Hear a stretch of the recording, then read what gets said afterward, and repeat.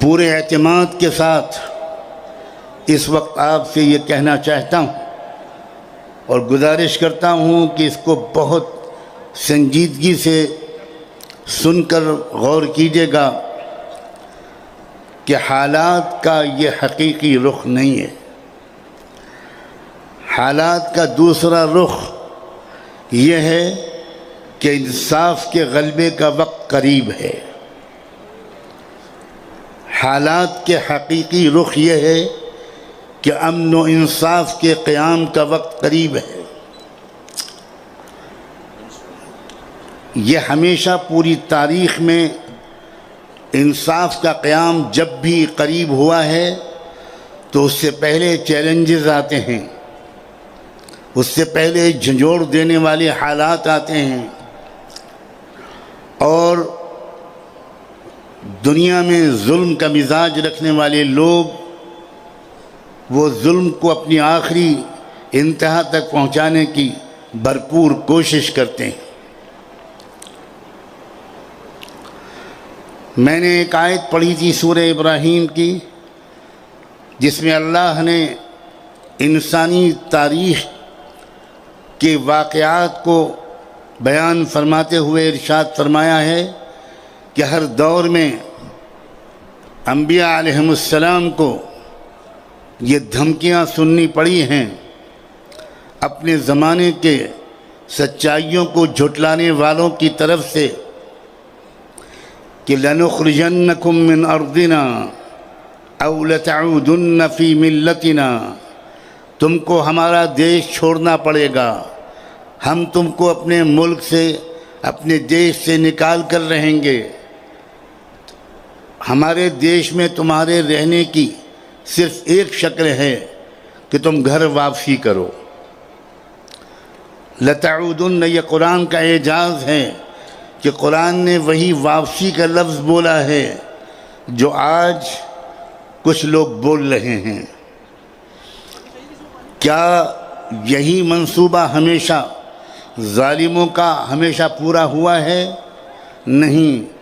سورہ ابراہیم کی اسی آیت میں اللہ نے ایک طرف ظالم طاقتوں کے منصوبوں کو، ان کی پلاننگ اور خواہشات اور تمناؤں کو بیان کرنے کے بعد اپنے نبیوں اور رسولوں سے صاف یہ ہے فَأَوْحَىٰ إِلَيْهِمْ گے، اور تم کو سکون کا خیال رکھنا، ذَلِكَ لِمَنْ خَافَ مَقَامِي وَخَافَ وَعِيدِ، جو بھی یہ انعام، یہ انجام اور یہ مستقبل صرف ان کا مقدر ہوگا جو روز محشر میرے سامنے کھڑے ہونے اور کہ صورتحال کا یہ پہلو سامنے رکھیے۔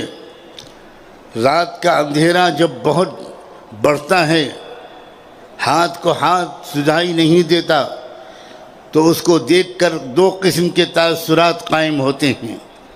کچھ لوگ گھبرانے لگتے ہیں، اندھیرا بہت چھا گیا، اب کیا ہوگا، اور کچھ اور لوگ ہوتے ہیں اندھیرے کے قریب ہونے کا مطلب یہ ہے اگر یہ حالات نہ ہوتے، اگر کچھ عقل کے دشمنوں نے، اگر انصاف کے دشمنوں نے اس ملک میں ظلم کا ننگا ناچنا نہ شروع کیا ہوتا تو کیا آج کربلا کا یہ میدان تاریخ ساز کربلا کے میدان کی یاد دلا رہا ہوتا؟ قتل حسین اصل میں مرگ یزید ہے، اسلام زندہ ہوتا ہے ہر کربلا کے بعد۔ میں آپ کو ڈرانے نہیں، خوشخبریاں سنانے آیا ہوں۔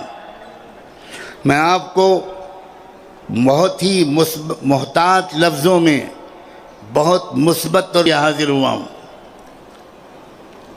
خطرات سے آگاہ کرنے کا کام میرے پیشرو فاضل مقرروں نے، جن میں بڑے فاضل علماء بھی، جن میں زندہ دل نوجوان بھی چاہتا ہوں، اور جو ایک بہت بڑی مثبت علامت حال میں سامنے آئی ہے،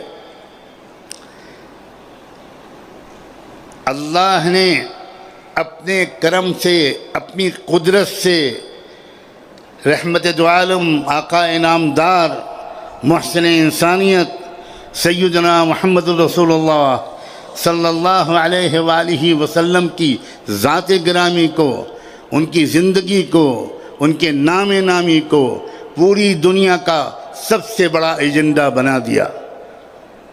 یہ اللہ کی قدرت ہے۔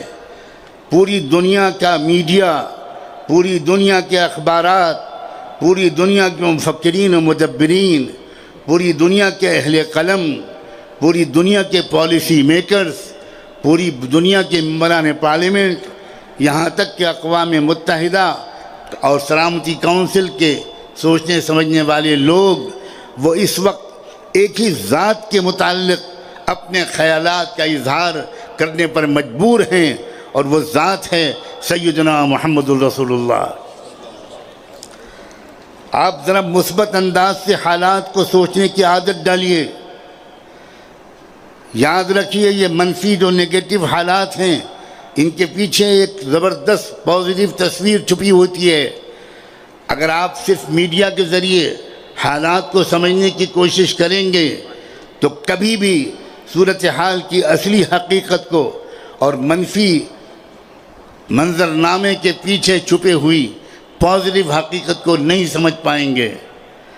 ہم کروڑوں بلینز آف ڈالرز خرچ کرتے تو ہم پوری دنیا کے لوگوں کو ایک رات میں، ایک دن میں محمد الرسول اللہ کی شخصیت کا نام لینے کی طرف متوجہ نہیں کر سکتے تھے۔ آپ سوچئے کہ اللہ تعالیٰ نے کیا کیا۔ وَمَكَرُوا وَمَكَرَ اللَّهُ وَاللَّهُ خَيْرُ الْمَاكِرِينَ۔ انہوں نے منصوبہ کچھ اور بنایا اور اللہ نے منصوبہ کچھ اور بنایا، اور منصوبہ پورا ہوتا ہے صرف اور صرف اور صرف اللہ